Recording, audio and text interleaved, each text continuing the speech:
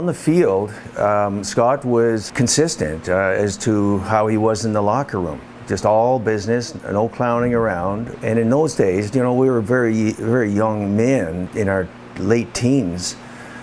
We just wanted to have fun and enjoy the moment, and we weren't too serious. We were definitely not very mature, at least I wasn't.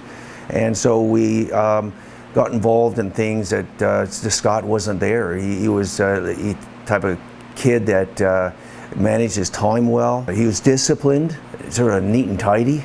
He stepped in and made an impact from day one on, and in 4 years scored 22 touchdowns, and they were all important touchdowns. He scored at clutch times. It wasn't like Scott Alexander had an easy game where he would pile up stats against a weaker team. He set what was then the school record for 147 yards receiving in one game. He did it against Queens. He did it against the toughest team in the league, and that's the type of guy he was. When the game was on the line, when it was a close game, when the chips were down, he was the guy they would go to. Teams that threw the ball 15 or 20 times a game were known as gunslingers. And in that era, Scott Alexander shattered every receiving record known at Carleton. And the thing that is amazing is that here we are nearly 50 years later, and Scott Alexander scored 22 touchdowns.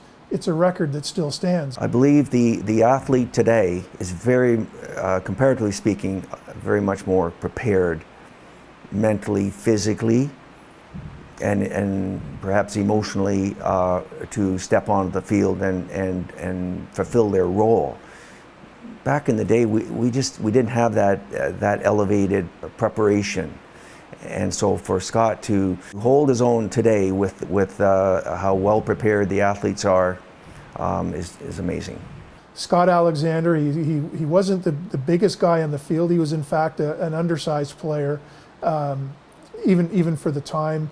He was deceptively quick. He was deceptively fast. Kim McQuaig was the coach, and the one quote that he gave the Ottawa Citizen at the end of the season one year, I thought was classic. He said that if Scott Alexander was double covered in a phone booth, he would still get open. And Carleton was known as a school that would win their games on defense. And here's this guy, quiet and unassuming, piling up all these records and almost unnoticed.